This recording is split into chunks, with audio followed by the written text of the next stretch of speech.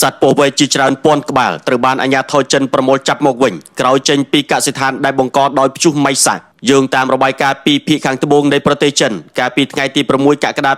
2026កន្លងទៅថ្មីនេះក្រុមអ្នកជួយសង្គ្រោះនិងអ្នកភូមិជាច្រើនអ្នកបានបើកយុទ្ធនាការសម្រុកដើររុករកនិងតាមចាប់ពស់រាប់រយពាន់ក្បាលដែលរួចចេញពីកសិដ្ឋានបន្ទាប់ពីរងនៅការវាយប្រហារពីទឹកជំនន់ដែលបានជន់លិចកសិដ្ឋានចិញ្ចឹមពស់មួយកន្លែងនៅក្នុងទីក្រុងហេងជូតំបន់ខ្វាំងស៊ីនៅភាគខាងត្បូងនៃប្រទេសចិនគ្រោះមហន្តរាយធម្មជាតិនេះបានកើតឡើងបន្ទាប់ពីឥទ្ធិពលនៃព្យុះទីហ្វុងម៉ៃសាបានបង្កឲ្យមានភ្លៀងធ្លាក់យ៉ាងខ្លាំងរហូតបោកបក់ធ្លាយទំនប់ទឹកចំនួន2គឺទំនប់លាវឡាននិងទំនប់យុនបៀវបណ្ដាលឲ្យទឹកចំនួនលិចសហគមន៍តំបន់ទំនាបនិងកសិដ្ឋានចិញ្ចឹមពស់ជាច្រើនកន្លែងអាជ្ញាធរមូលដ្ឋានបានប្រមាណថាមានសត្វអាសិរពិសចន្លោះពី800ទៅ900ក្បាលរួមទាំងប្រភេទសត្វពស់វែកដែលមានពិសសាហាវខ្លាំងផងនោះបានរួចចេញតាមទឹកជំនន់ពីកសិដ្ឋានខ្នាតតូចទាំងនោះដែលបច្ចុប្បន្នបង្កជាការគំរាមកំហែងនិងធ្វើឲ្យមានអ្នកភូមិម្នាក់ត្រូវពោះចឹករហូតត្រូវបានបញ្ជូនសង្គ្រោះបន្ទាន់ទៅហើយនោះសកម្មភាពនៅក្នុងវីដេអូដែលត្រូវបានបង្ហាញពីទស្សនវិជ្ជាដ៏គួរឲ្យព្រឺព្រួច